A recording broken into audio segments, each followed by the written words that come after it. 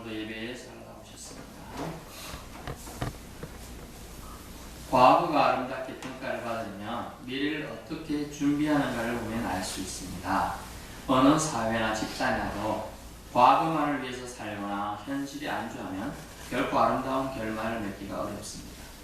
과거가 골짜기처럼 험한 곳이라면 다가올 미래를 위해 골짜기 깊이를 메우기를 두려워 말고 메워야 합니다.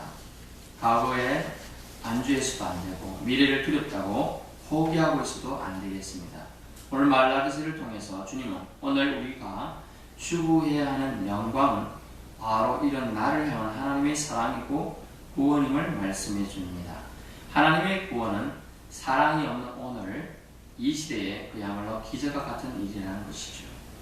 복음의 시작은 과거의 단절에서 왔습니다. 말라기 때 과거 하나님을 향한 경건이 사라졌고 하나님은 하나님의 길을 준비할 사자, 메신저를 이런 단절 가운데 찾으셨고 또한 보내셨다는 말씀이 오늘 내용이 되겠습니다. 우리를 인도하신 하나님은 언제나 우리 앞에서 손을 내미시다는 거예요. 먼저 우리 앞에서 말이죠.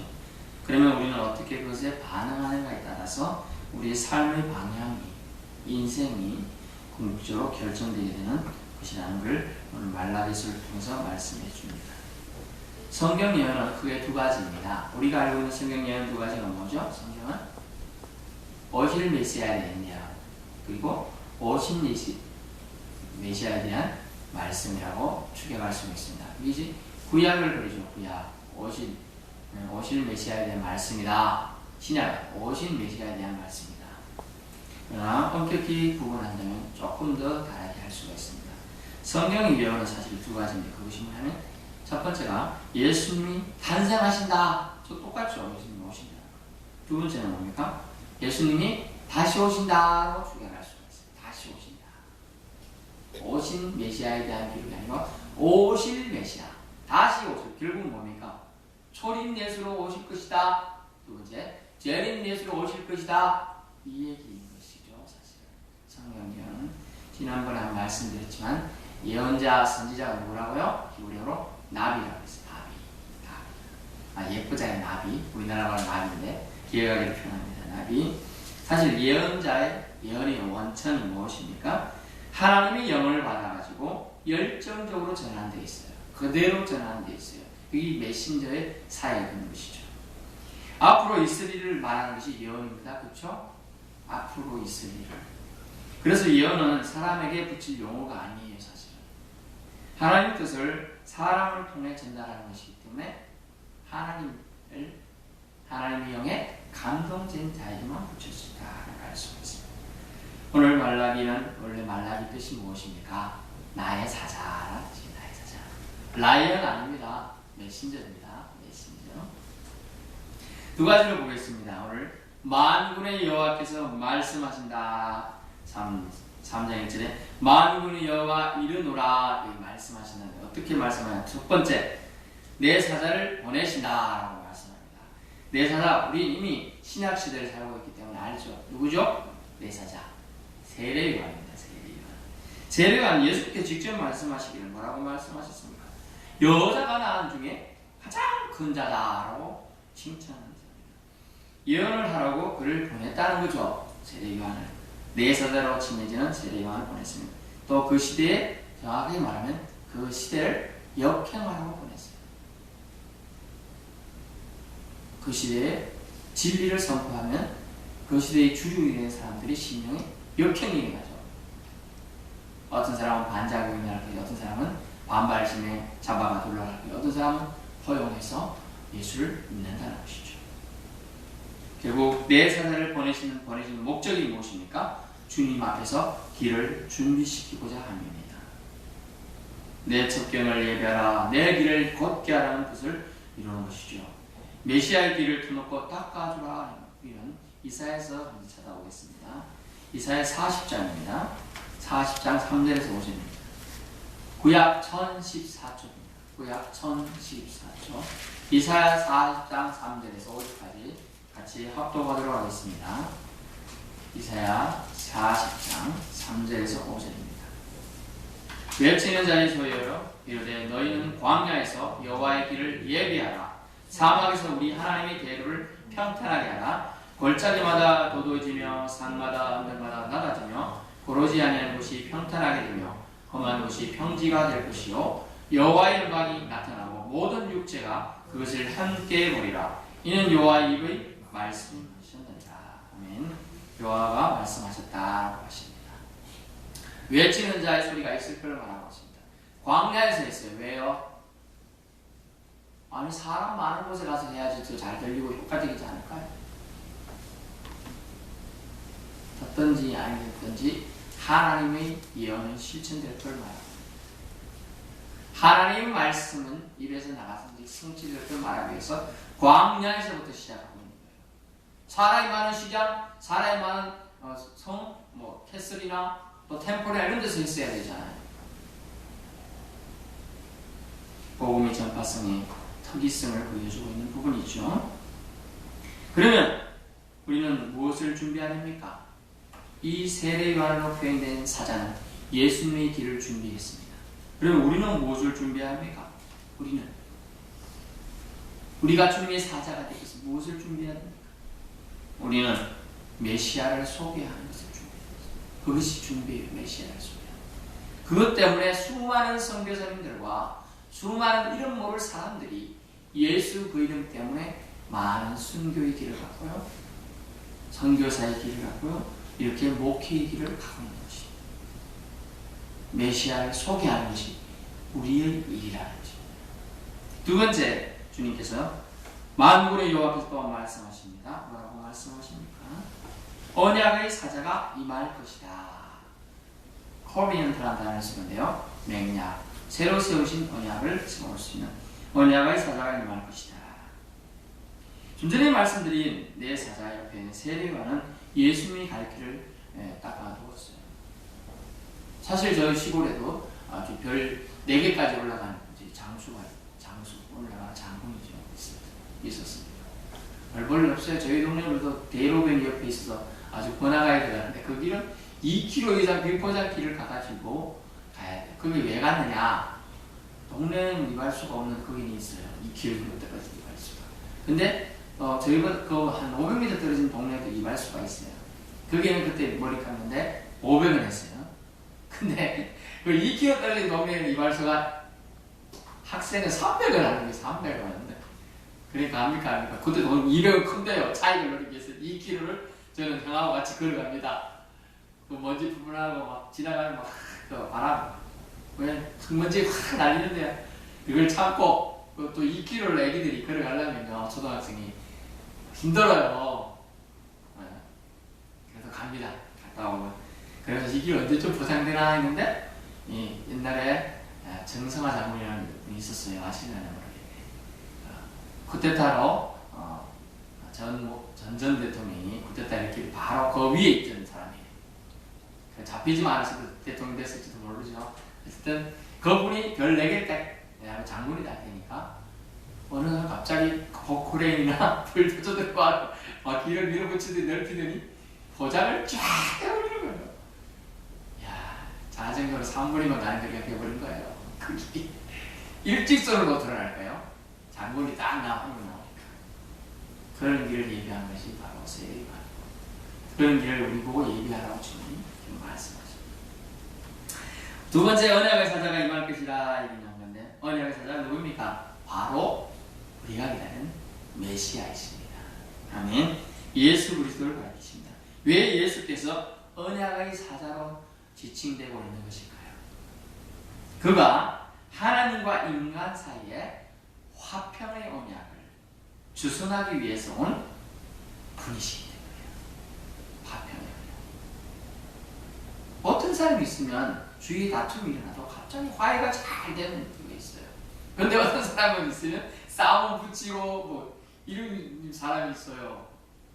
우리나라 속담에 뭐 했죠? 흥정은 붙이고 싸움은 말린다. 이런데 거꾸로 하는 사람이 있어.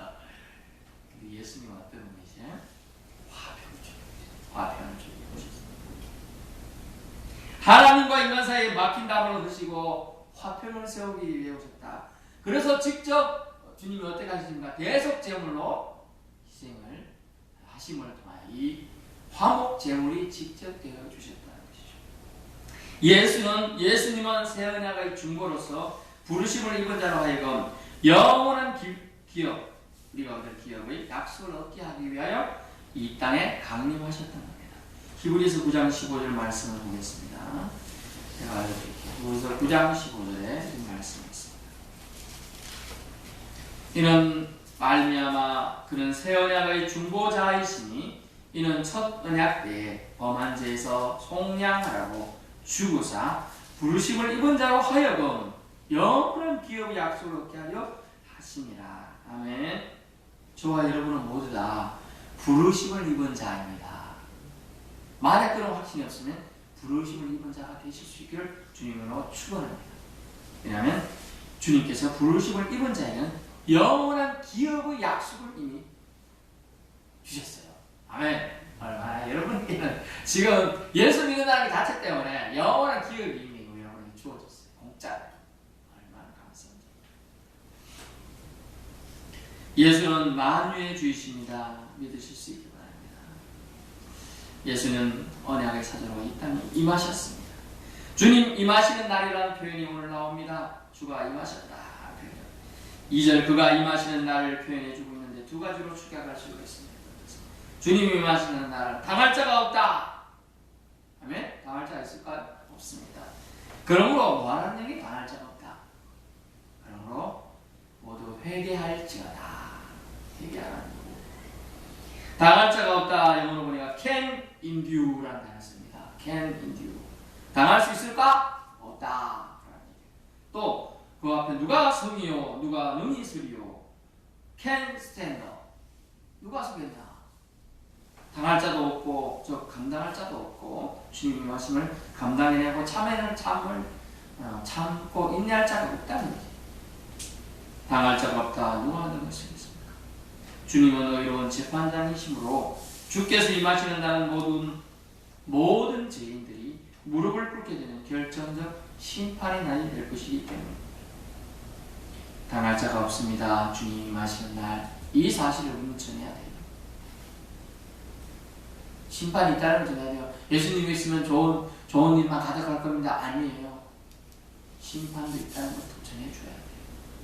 친해지면 전해주지. 처음부터 전하면 반작용이 일어나니까 그것도 전할 내용입니다. 두 번째, 주님 임하시는 날 어떤 날이 어떤 현상이 있고 어떤 일이 있나요?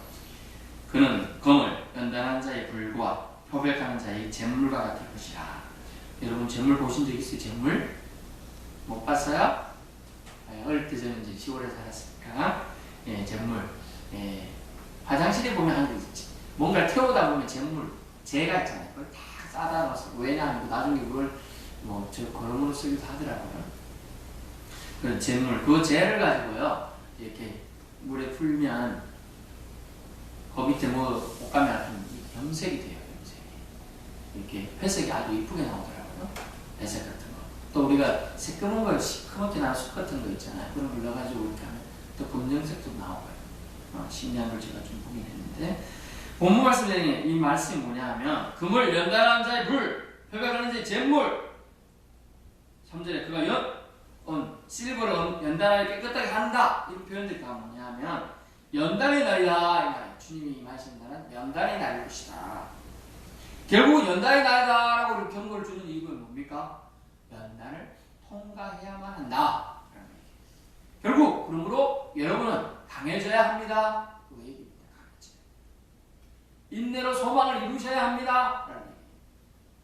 연단의 날입니다. 연단을 통과해야 합니다. 통과하려면 어떻게 해야 되죠? 우리가 강해져야 돼요. 인내로 소망을 이루어야 돼요.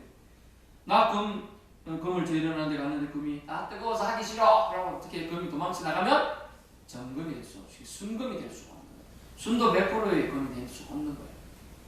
섞여 있는 사금은 될지 몰라도요. 정금이 될 수 없는 거예요. 연단의 날은 무슨 말을 뜻하십니까? 불순물을 제거하는 날이다. 결국은 고통이 수반되는 날이다 하는 얘기예요. 불로 금을 연단한다. 성령의 불로 우리가 상징할 수도 있습니다. 또한 심판의 불로 3절 말씀에처럼 레위 자손을 깨끗하게 한다. 무슨 연유인지 몰라도 이 본문을 썼은 이유가 있어요. 왜냐하면 레위 자손이 어떤 일을 했습니까? 제사장 일을 하고 하나님께 제사 드리고 예배 드리는 일을 했죠. 그런 일을 했습니다. 그런데 그들이 왕께 제사 드리는데 왕이신 예수님이 오신다는 데서 정말 고정적이고 전혀 다르게 했어요.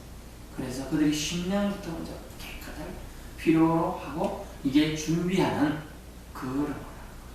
그래서 그 길을 위해서 레위 자손을 좀 등장시켜 대표적으로 표현해주고 있습니다. 그러면 연단의 날에 우리는 불순물이 제거했습니다. 그러면 어떻게 됩니까? 깨끗한 그릇이 되고 깨끗한 점이 쓰기 합당한 자가 된다는 것입니다. 연단된 후에 주님이 오늘 언약의 사자가 임하여 우리에게 주고자 하는 것이 두 가지가 있습니다. 그것은 의로운 제물을 바치게 하여 표현해 보십시오. 3절 끝부분에 그문과 같이 그들을 연단하리니 그들이 공의로운 제물을 나 여호와께 바칠 것이다. 공의로운 제물. 제물은 제물인데 뭐 똑같죠. 뭐 교회 가 보면 뭐 다르나요? 아니요, 다릅니다. 더러운 자의 제물과 불결한 제물들 주님 갖고 오지도 말라 그랬어요. 받지도 말고 갖고 오지도 말라.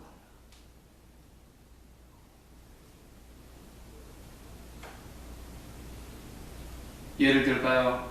어떻게 더러운 제물이 있느냐? 옛날에 심지어 그런 일을 하시면 안 되겠지만 불부정하게 입은 놈들이 있잖아요. 소매치기에서 온다든가 헌금한다든가 도둑질에서 헌금한다든가 몸을 팔아가지고 헌금한다든가 그러면 되겠습니까? 안 된다는 그런 거 절대로 하나님 받으시지도 않고 오히려 그걸 내라요 화가 미치리라. 연단된 후 우리는 의로운 제물, 공의로운 제물을 여호와께 드리게 될 것이다. 그러면서 언약의 사자가 임한다는 거죠. 그것 때문에 임한다는 겁니다. 그리고 이스라엘 회복을 통한 여호와의 기쁨을 회복시키기 위해서 언약의 사자인 예수님이 임하십니다. 하나님이 이 땅을 창조하셨습니다. 우리 마음을 보고 너무나 좋았습니다. 신임이 좋았더라. 또한 좋았더라. 이랬습니다. 그런데 점점 세상의 죄악이 관영함을 통하여 여호와의 마음이 어떻게 해요? 저는 사람 표현을 할게요. 영화를 다 알지 못해요. 조금씩 근심이 쌓여 가셨어요. 그래서 사람 표현하면 얼굴에 수색이 기쁨이 점점 사라지신 거예요. 그런데 하나님이 자기 자신 독생자 예수 그리스도를 보내시사 이 문제를 해결하시기가 결단하시고 예수님을 보내시겠다고 구약에 계속 이어나십니다. 언약의 사자를 보내겠다. 그를 통하여 이스라엘 회복을 통하고 주님께서 이스라엘 택한 것을 후회한 것을 처리하고 여호와의 기쁨을 회복하겠다라고 말씀하십니다. 그래서 이때 유다와 예루살렘의 흥물이 연락될 것이다. 4절에 보면 유다와 예루살렘의 봉헌물이 옛날과 고대와 같이 나 여호와께 기쁨이 되려니와.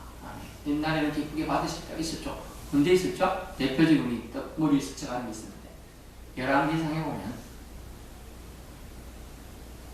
성전을 건축하고 수천 1,000번째의 제물을 드린 게 사건입니다.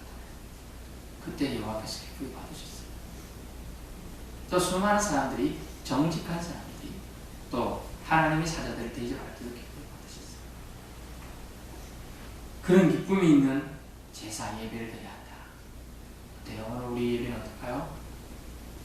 냉랭합니까? 아니면 우리 심령이 뭔가가 하나님 주신 감동입니다. 여호와께 기쁨이 되는 그런 우리가 되어야 된다. 우리 자신. 오늘 말씀이 재밌습니다. 주님은 말씀합니다. 그럼 우리는 오실 예수를 기쁘게 기다려야 할 것입니다. 초림으로 오신 예수님을 자랑해야 할 것입니다.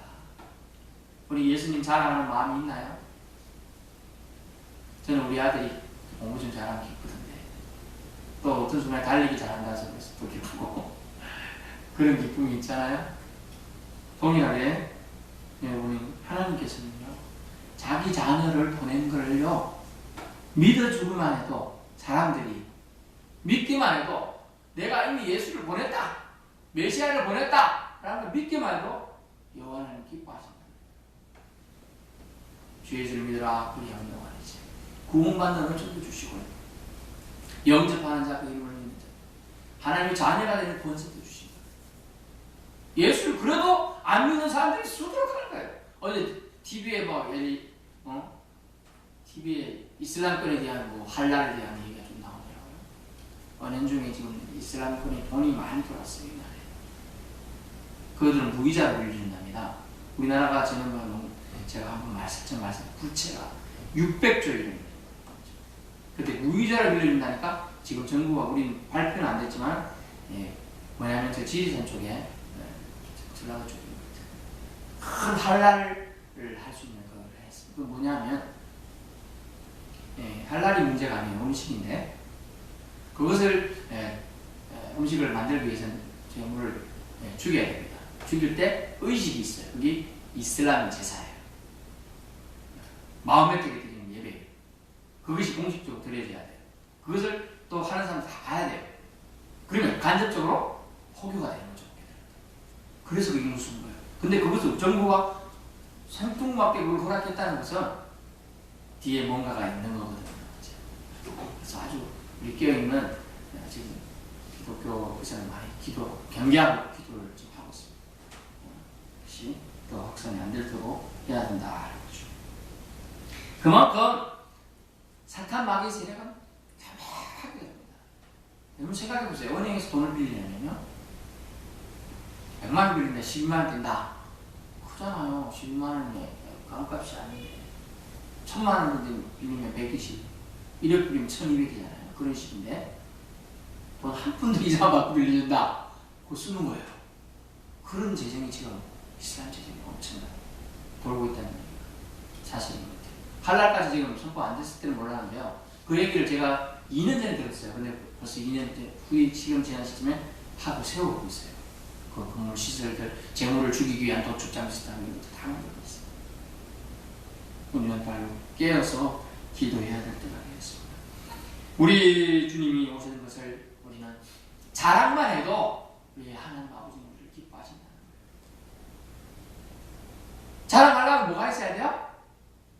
우리 마음에 주님을 믿는 게 있어야 돼요. 우리 아이들이 밖에서 나가다가 자기랑 친구들이랑 이렇게 말다툼할 때 정 안 되면 뭐 하죠? 우리 아빠가 이런 사람이야.